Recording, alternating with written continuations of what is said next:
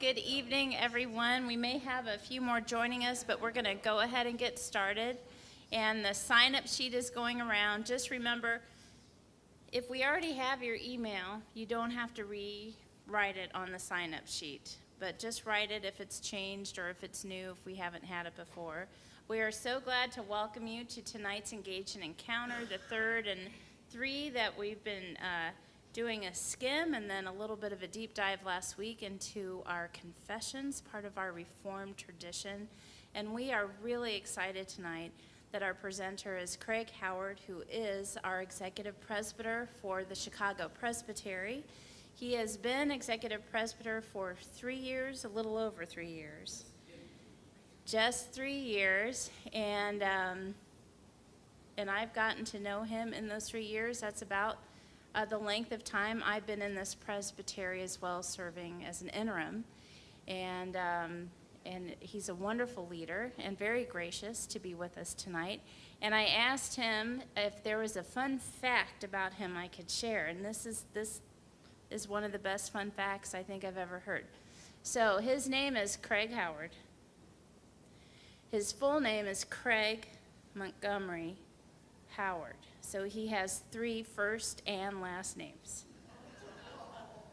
And how he got that name is he was the last of 4 children. And his mom didn't know what to name him. I guess she'd, done all of her naming creativity with the other 3. So yeah, she ran out. She was reading the paper.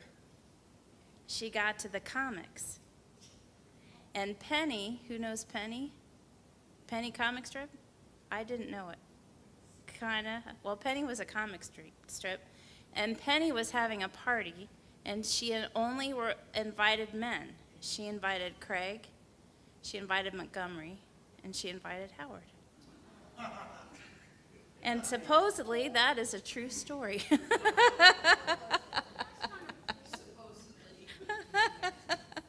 So would you all please help me welcome Craig Howard.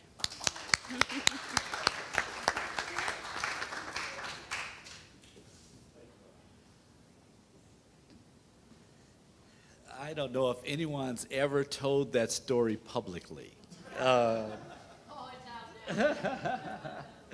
Good evening, everyone.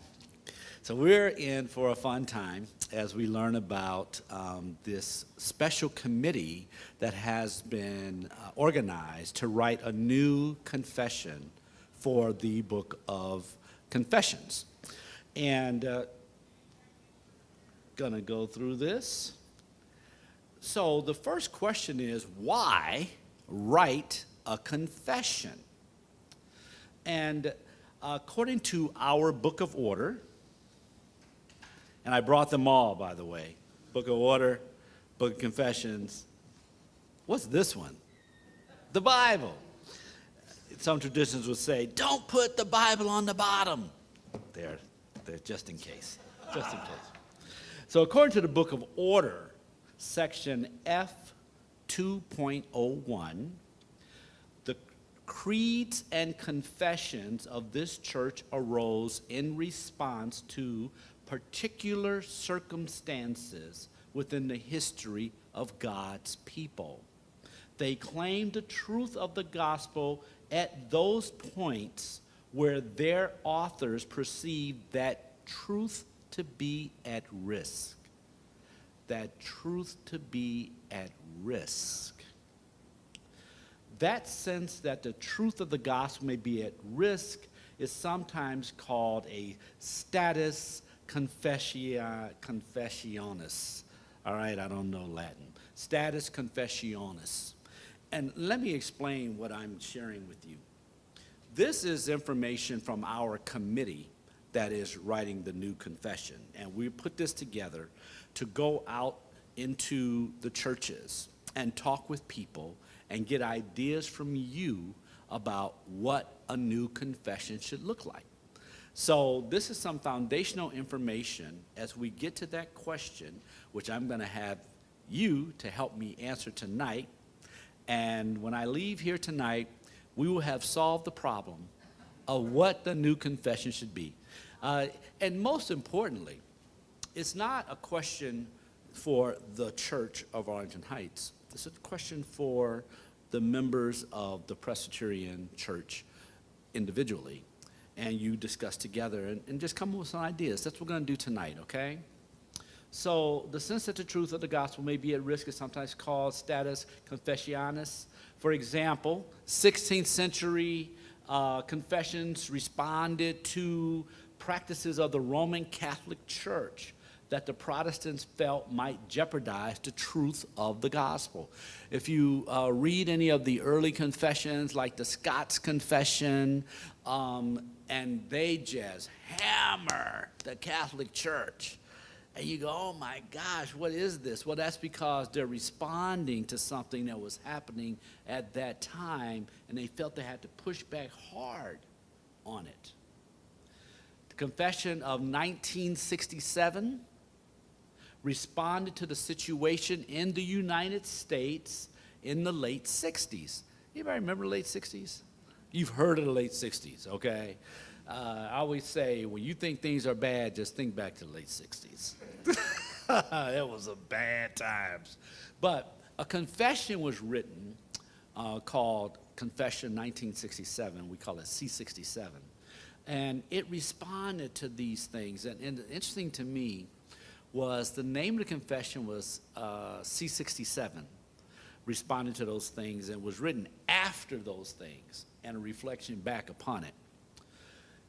Similarly, the Belhar Confession, which is our latest confession, claimed the truth of the gospel in the face of apartheid, which was for the South African church a status confessionis, a threat to the gospel, to the truth of the gospel. Similar reminds me of Barmen, which was a response to what was happening in Germany during World War II, in which the German church said that in order to be a Christian, you must basically obey Hitler. And the confession said, no, only Jesus Christ is Lord. And so they all responded to something that was happening in their time, which raises the hard question. Consider this question, and I want you to kind of get together, at least maybe twos and threes. Turn around, you two, maybe Laura, jump in there. A couple there, a couple there. Maybe if you go over to that end and talk to him, because I want you all, I know you, I know how you feel about him, but if you would just talk to him just for tonight. I wish I had my camera to see the looks on your faces. I want you to ask each other the question, where would you say the gospel is at risk today? Where would you say the gospel is at risk today? What in the year 2024 requires the church to speak the truth because the truth of the gospel itself is at risk? Easy enough? All right. Yeah, sure. I want to make sure everybody's getting together. You three, you gonna turn and talk to them? All right, you two. This is just unfair here, by the way. Do you want to get involved? Sir? Do you want to get involved? Yeah, all right? All right. What in the year 2024 requires the church to speak the truth because the truth of the gospel itself is at risk? It's the same question. Where would you say the gospel is at risk today? Let's just give this 5 minutes. Just think of one thing that, look at the world today. Where do you think the gospel is at risk?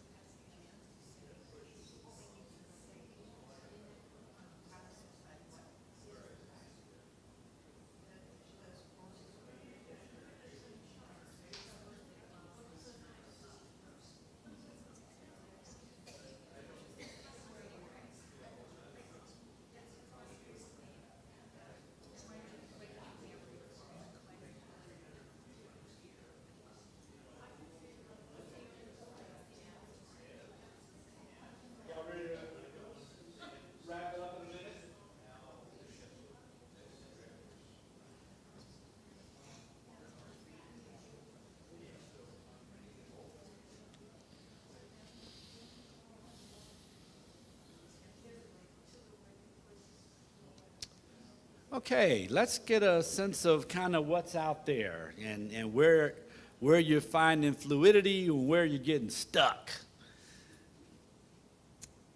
And I'm going to ask, oh, okay, all right, cool, thank you. I needed someone to write this down so I can kind of think.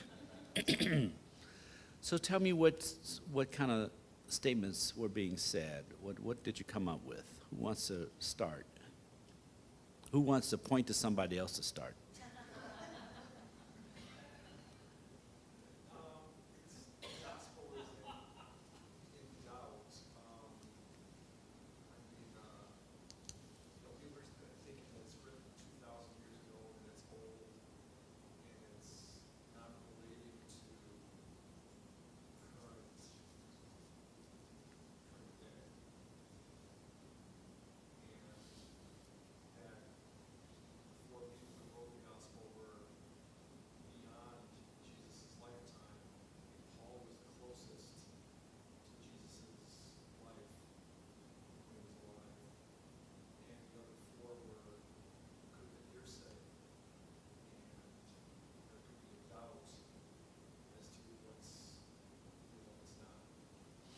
Yeah, so I would categorize that as modernity or postmodernity. To say what is a threat to the gospel is postmodernity, which is the concept of relativism, a concept that there is no truth, the concept that all things, it depends on your perspective. That's all modernity, postmodernity, and that's and I'm trying to create a circle that we look at, and then we put that into conversation. But that's a good point. Thank you. Thank you. Others? Yes. We talked about the fact that the gospel does not seem relevant to the next generation, which might be a feature of that postmodernity again. And we talked about greed getting in the way of the gospel. Okay, greed. And we'll stick with the postmodernity and greed. Yeah, that's very interesting. Selfishness. Yeah, that's good. Thank you.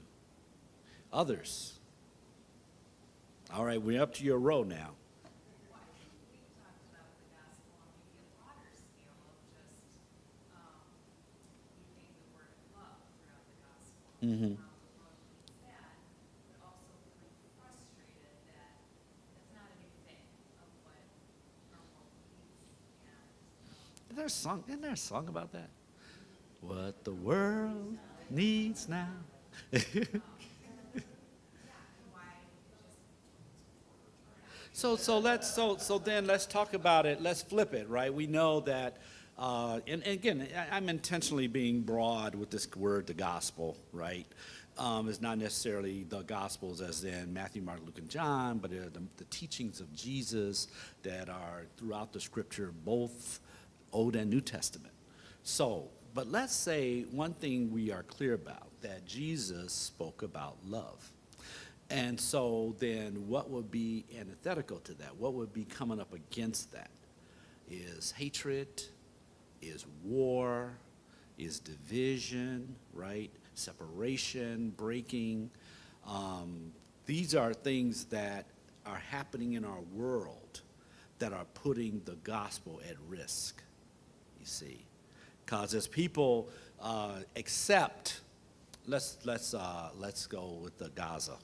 As people accept what's happening in Gaza and Hezbollah and Israel and just say, well, you know, it's just war.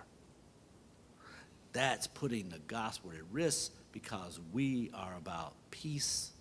We are about love. So that's how I would say that one. Thank you. We got two more coming at least. Yes. Your group, yes. Oh, yeah. Oh, with the whole row. Okay. Row up. Come on, Betty. Go ahead and represent. Yeah. Mm-hmm.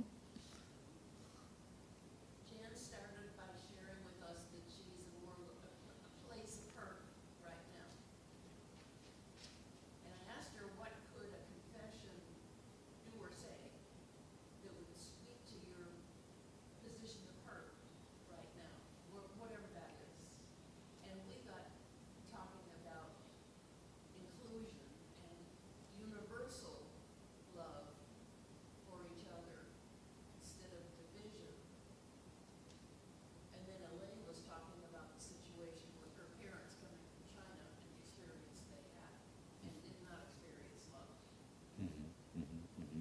So again, thank you. And again, when we look at our culture and we look at the challenges we're having around inclusion, acceptance of one another, what we talk about on committee is they use big words because they're all theologians and I'm just a guy.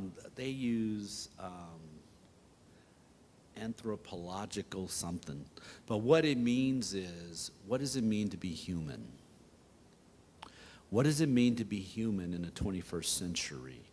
And how then do we accept one another and love one another for the person we are versus the person someone else may want you to be, right? So that hits into race, class, gender, sexuality. It hits all those spaces when you start talking about inclusivity and diversity, difference, and how God created the world different, right? And took all these differences and said, now y'all live together. And so the gospel is one that says peace, inclusivity, acceptance. A risk is when we do the opposite. So it's making a little more sense, a little more focus on this thing. But some people are not always look at it that way, because they understand big difference in certain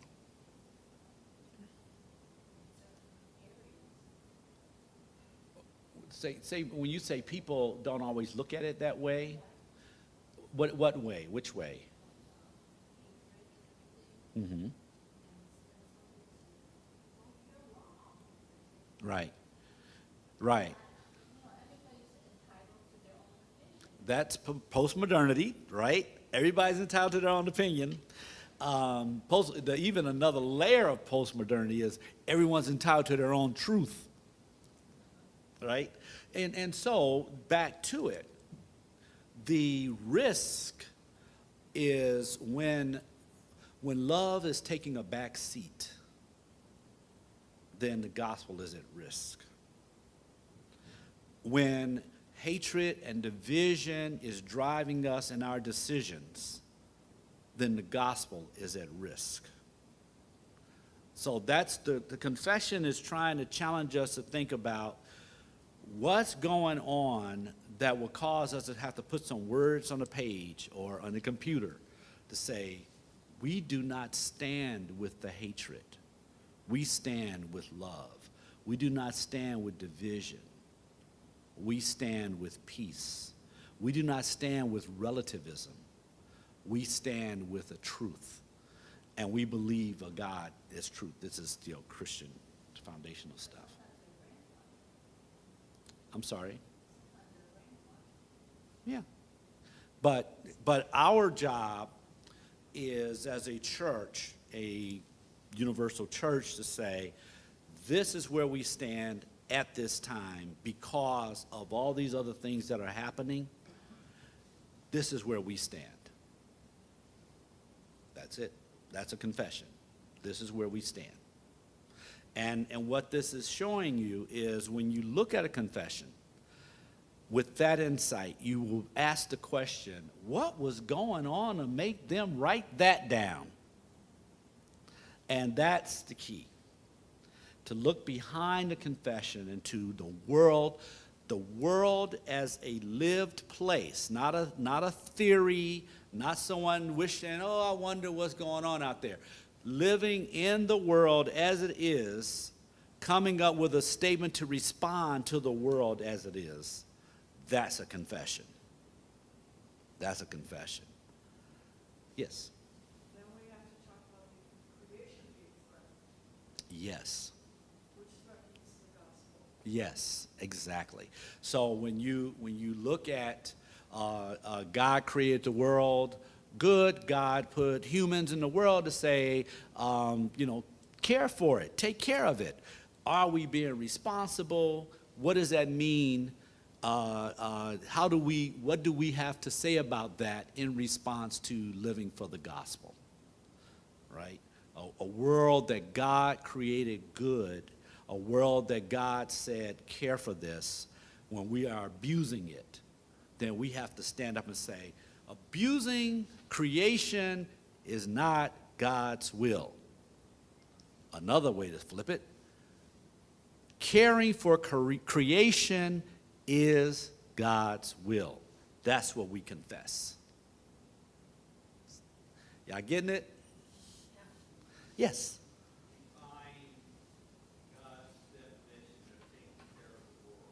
So you can get into the weeds. You can get into the weeds, but we're not going to the weeds. I want to be up here, because I want to give you the concept here before we start fighting with each other. Let's just for one, and so I'm saying this to you because you have to know on this committee are 15 people from different parts of the country, different ages, different races, different gender, sexuality, and all these issues you're naming come to the floor.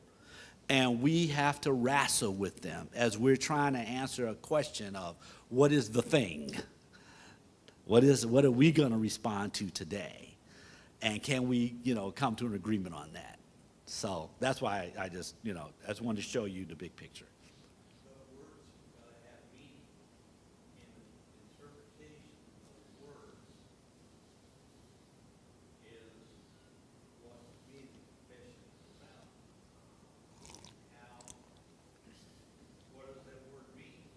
The confession is not about the interpretation of a word.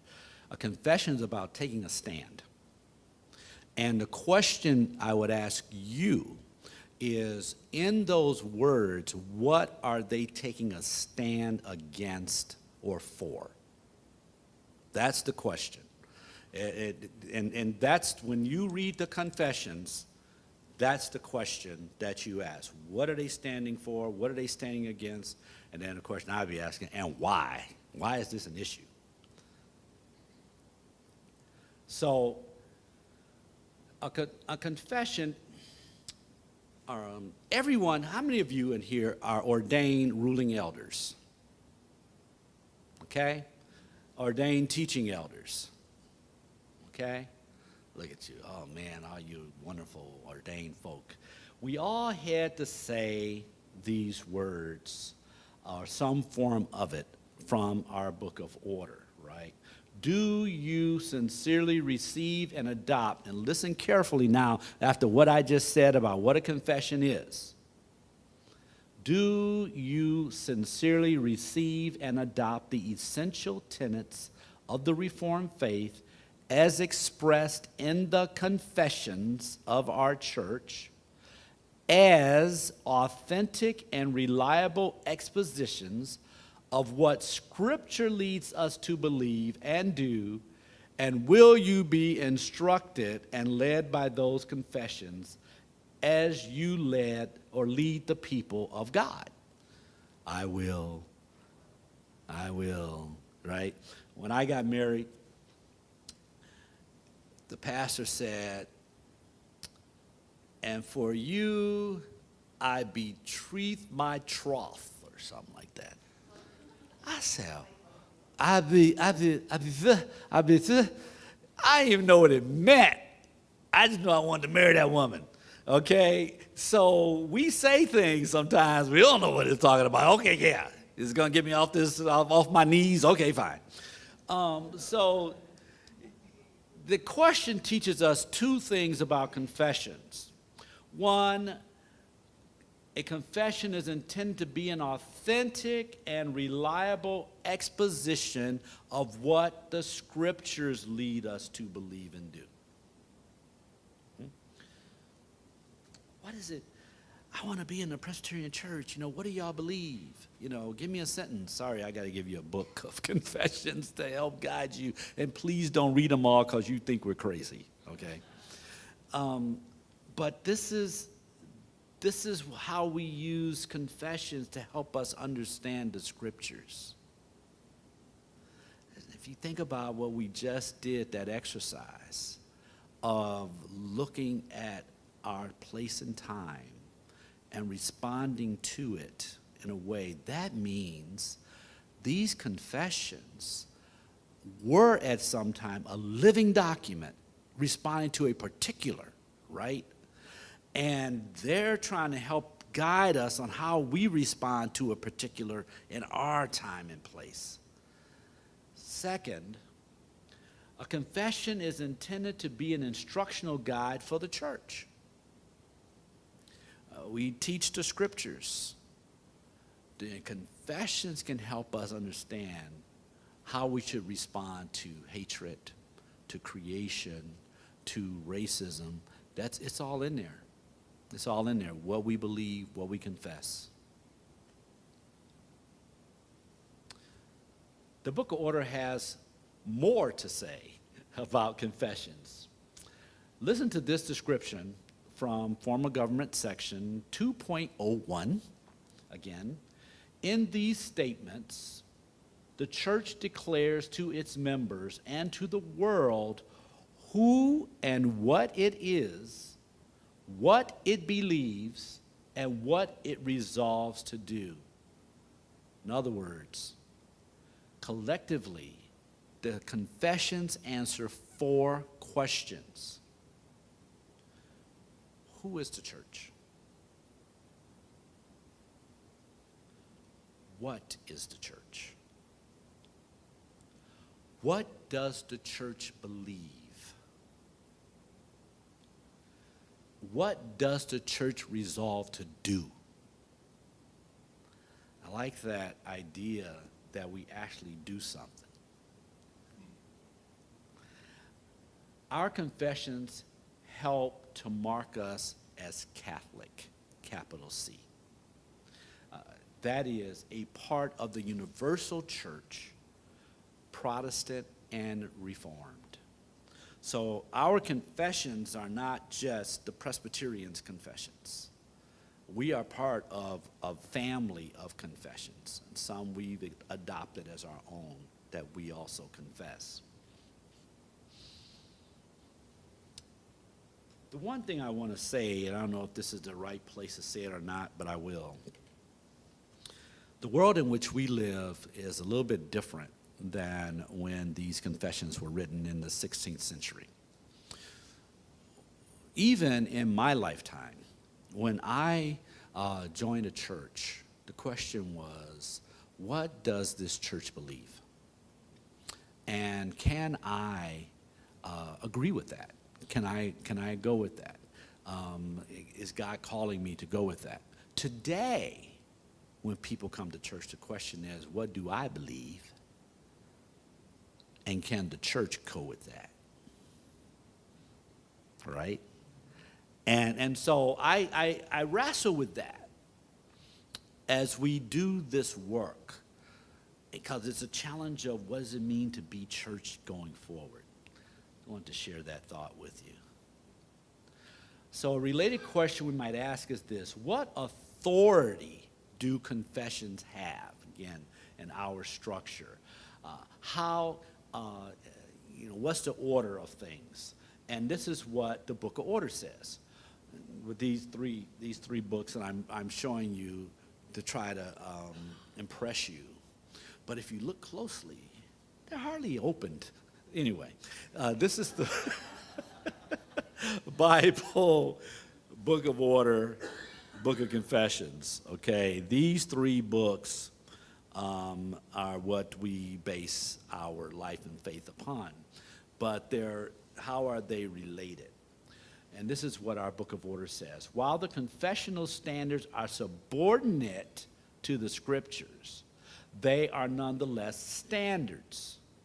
They are not lightly drawn up or subscribed to, nor may they be ignored or dismayed. The church is prepared to instruct, counsel with, or even to discipline one ordained, that's ruling elders and teaching elders, who seriously rejects the faith expressed in the confessions. You can get in trouble if you don't do these confessions, all right? In other words, both of these things are true. Confessions are subordinate to the scriptures.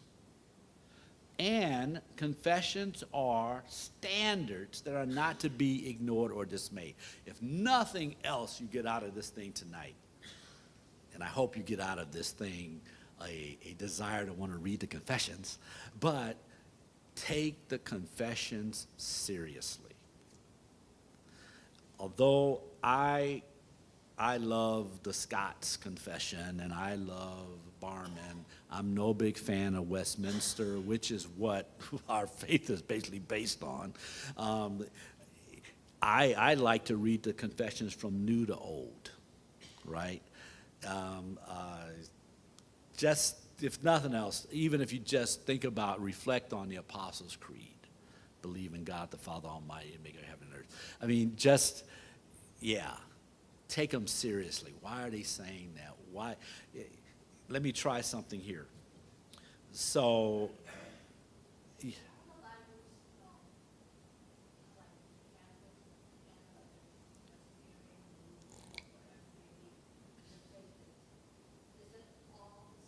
no. If it was all the same, all right, so here's the problem, y'all. No, it's not all the same. That's why there are Catholics and Lutherans and Presbyterians, right? The old joke is, I'll use a man. Guy is on a desert island. It's been marooned for years. Finally, a boat comes by. And he comes up, and they notice he has 2 huts. Only one person. He says, why do you have 2 huts? He said, oh, was the church that I worship in. And that's the church I'd never be caught dead in. Okay? It's just us, y'all. We just like to cut and divide and separate. And no, they're different. They're true differences, right? You know, I know. I'm sorry I keep saying no. There is no way. I mean, there's a certain generality about we all believe in God. We can even go to Trinitarian, but even all that's not in agreement. I mean, that's about it. We all believe in God. You know, again, I keep saying, if they were the same, they wouldn't be different. I mean, they're different. Well, now I'm going to ask you to do your homework. I'm going to say you go and check it out, and then come back and tell me what's the same and what's different, okay? So we're about confessions today. And so our confessions in your vow is in understanding their role with confessions and the scriptures, that they are something to be taken seriously, but they are not to replace the Bible. All right. Writing the new confession process, this is when it gets boring, okay? This is what it takes to write a new confession. There's no mandated process for how a proposed confession is to come to the General Assembly. That's where it all comes to. In this case we're in, a variety of overtures came to General Assembly to ask the co-moderators to appoint a committee to draft a new confession. So in 2022, 3 overtures were brought to General Assembly, all of which recommended adding a new confession to the Book of Confessions. I will not go through all the details of these, but it's something to check into under theology, worship, and education. The 3 overtures that came the same year saying we need a new confession. When that happens, right, you got to keep in mind there are literally hundreds of overtures, and they don't connect. And all of a sudden, we get all these around one issue. We need to pay attention to that. And so they say, okay, we'll form a new confession committee. I'm going to just give you one. TWEO 8 came from the Presbyterian of Arkansas. An overture, are y'all familiar with this process? Or am I talking Greek? Yeah, you're talking Greek. All right. So every 2 years, every other year, there is a thing called a General Assembly, in which presbyteries, senates, congregations submit overtures or saying, we have our rules, the Book of Order, but we need to look at something here. And in G 3.0103, it says this, but we think it needs to say that. And so we get together with other churches and say, okay, we're going to submit to our presbytery. Presbytery says, okay, that sounds good to us. They have to get a couple more presbyteries to agree, and they send it to General Assembly and say, we have an overture that says we need to do something about G 3.0301, okay? Imagine that you got 3 of these on the same topic. Something in you, maybe even the Spirit, says, we need to listen to this. Something's going on. They say, I tell you what we'll do. Let's make a committee that's going to study the problem. Okay? I just gave it to you. What's that? How a bill makes the Congress? What used to be that little ditty we learned as kids? What is it? It becomes, all right, I'm sorry. All right, so I'm just going to read one to you real quick, and this one's from the Presbyterian of Arkansas. It proposed writing a new confession on theological anthropology as the main issue. What does it mean to be human in the 21st century? It lifted up the need to focus on God's vision of humanity as revealed in Jesus Christ. That's a summary, because the thing is about 2 or 3 paragraphs long. It's pretty good, but it's good stuff. So they took this and said, okay, let's put this in the pot, and our committee gets all of this stuff. So you got your overture. Come on, there we go. There we go. There we go. There we go. And so then a committee is formed. If there were no committee, it must not be Presbyterian, right? So let's talk about, back to your question, would the Catholics have formed a committee? Right, Bishop said this is what it's going to be. Pope says that's what it's going to be. So there you go. Oh, maybe we should consider, no. So committee is formed, and then after the committee does its work, we're going to then report back to a General Assembly in the future. So amending the Book of Confessions, first, General Assembly recommends amendment, which it did. Second, committee formed, which it was.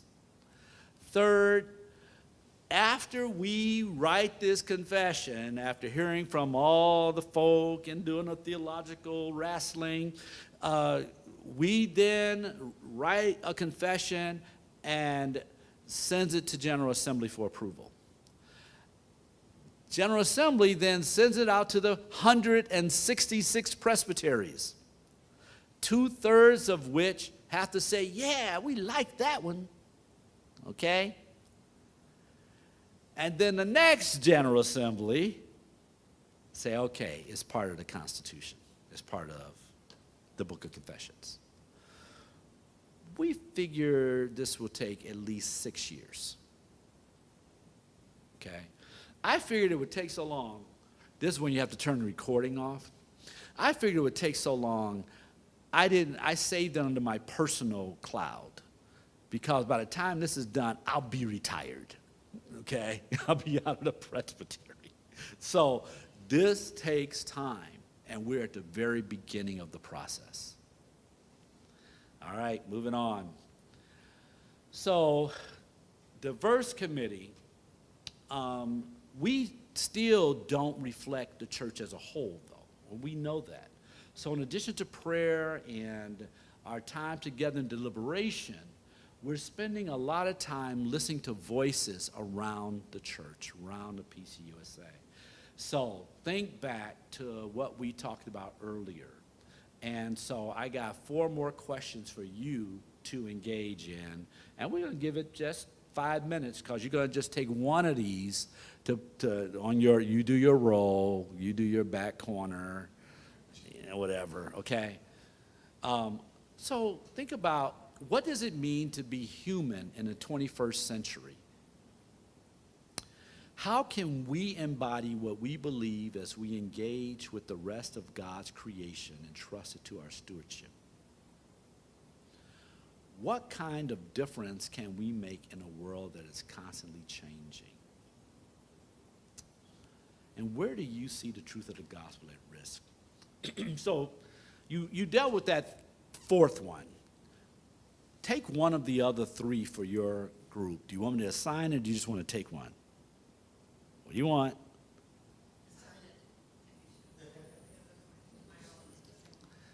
You take this first row, is going to take the third one. What kind of difference can we make in a world that is constantly changing? The back row, you're going to take, how can we embody what we believe as we engage in the rest of God's creation? And the middle row, take, what does it mean to be human in the 21st century? You got lucky, right? All right, so let's take 4 minutes, and then we'll come back.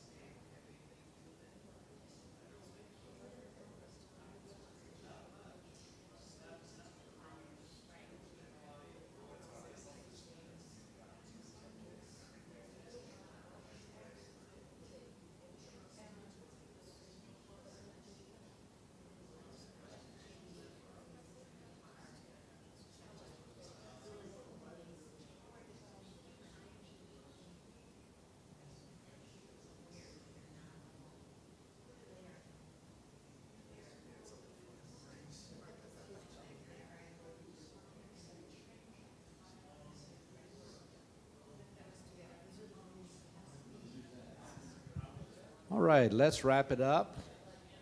And this time what we're going to do is use the microphone as you respond, and that way the people who are on video can hear you, okay?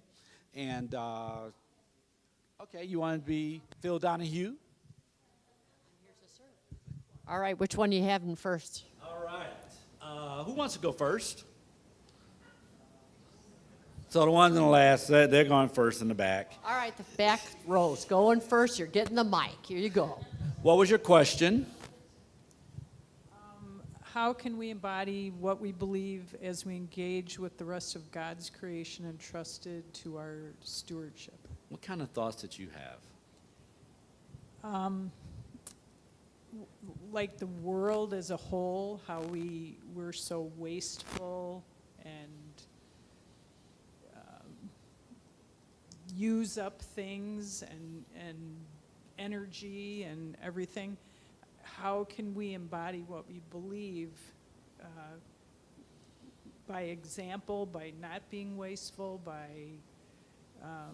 trying to conserve energy and water and all the things that protect our earth, with the rest of God's creation, which includes animals as well as us, as well as people, but animals, birds, all of these things are affected by what we do. So if we embody what we believe, we should be able to help those things. Very good. And thank you. Let's give them a hand. That was very good. Oh, I wanted to add on to that too. Uh-oh. We have something at the end of our service that we say all the time when we're talking about engaging with the rest of God's creation entrusted to our stewardship. We say choose love so we could be the light that changes the world. So if we do a little bit at a time, maybe it can spread, because we're not going to change the world overnight, maybe not even in our lifetime. But if we can start with a little bit at a time, yeah, stepping stones, it can help. Very good. And what I hear in that is that suddenly this abstract thing called faith becomes a lived out reality. And that, again, confessions are grounded. They are earth in terms of they're not up there. They're right here, as Paul would say, it's in your mouth. Confession is in your mouth. So that's very good. Next, let's do the middle row. Your question? Did you end this time? I thought you were going to take it. Okay, I think where we came to was that to be human is to understand that we are not just physical beings with all of our great gifts that God has given us, but we are embodied by God, that we, the one in whom we live and move and have our being. And if we can learn to walk as humans embodied by God, then we will very naturally love everybody. So it's connection between our humanity and our love for one another. And that we are not separate from God. We are integrally involved in God and God in us. Very good. Every human being, every creature, really, even the ice floes that are melting. So one of the conversations we're having on the committee is how should we begin this confession? And some believe that we began in a different fashion than traditional. Traditional believe that you begin with Father, Son, Holy Spirit, or God, Creator, Redeemer, whatever. But we're wondering if we should begin with the Holy Spirit. And we began with talking about the role of the Holy Spirit in the world, in our lives. That's where you went. And you talked about in God we move and breathe and have our being, right? And so I saw it as a more spiritual direction, which is interesting, because then it goes from there into more of the being human and then all these other pieces. But anyway, thank you very much. Give them a hand. Okay, last row. This row. Yes, first row.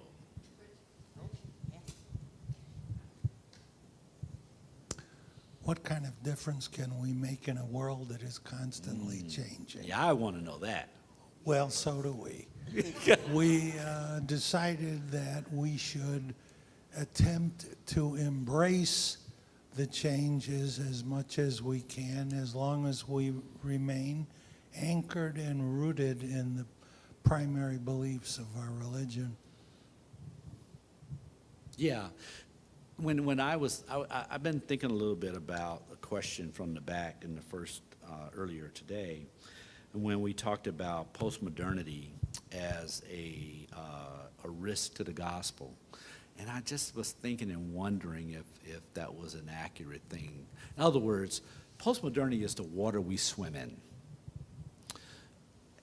Sometimes I wonder if, as you're talking about using change and saying, well, we need to kind of go with the change, right? Or it's like maybe there are times in which we have to know what part of this world, this culture, we should use to shape the gospel, to shape the faith versus to shape against the faith, right? And so it's just a thought, right? What does it mean in a postmodern world to believe the gospel, as opposed to how is the postmodern world in opposition to the gospel, right?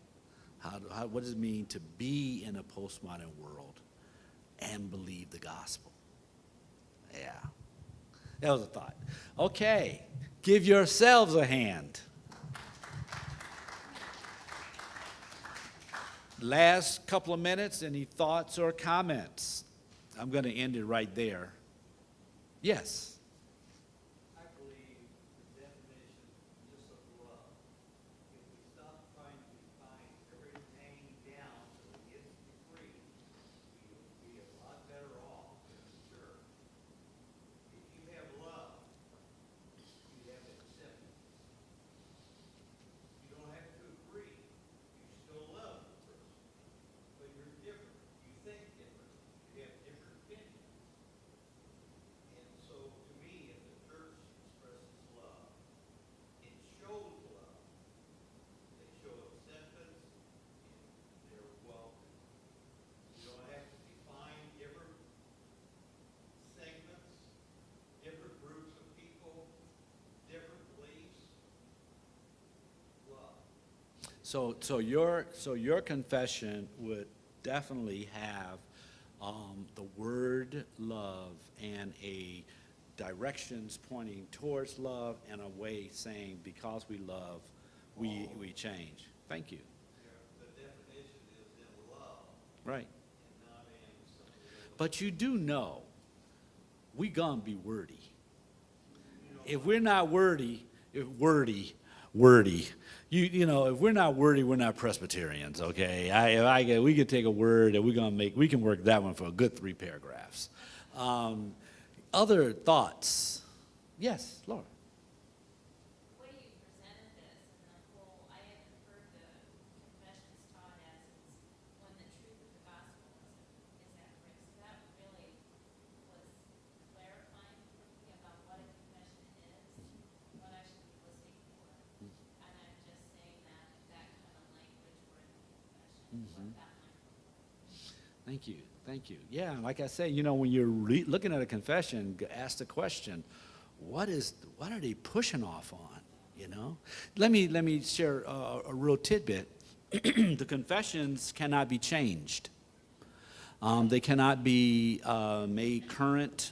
So sometimes, especially when I saw C-67, where it was changed to inclusive language, well, you can do it, but you can't put it in the book of confessions. That's to be on the side. So once it's written, it is written. And the closest came in the Westminster, where they put in an alternative understanding of the whole predestination thing. Okay. That was another hand. Yes? So is this confession just for PCUSA, or is this worldwide? Is this confession just for Peace USA? It will be written by the Peace USA, and others can use it if they choose to. But when we write it in a universal thinking. Like we talk about humanity and not just Presbyterians. In a confession, it would never say the word, and as a Presbyterian, it wouldn't say that. it would say, as a child of God, it would say. Do you see what I'm saying? It'd be written in a universal way so it can be applied beyond. If it is, goes through that whole process of voting and approval and 2/3 approval by the presbyteries, yes. No, of the PCUSA. Yes, yes, no problem. I got it. Thank you. Thank you all. Time's up. Kill it. If you have any questions, I'm here for a couple minutes, okay? But thank you very much for your help, and it's going to help us in our process.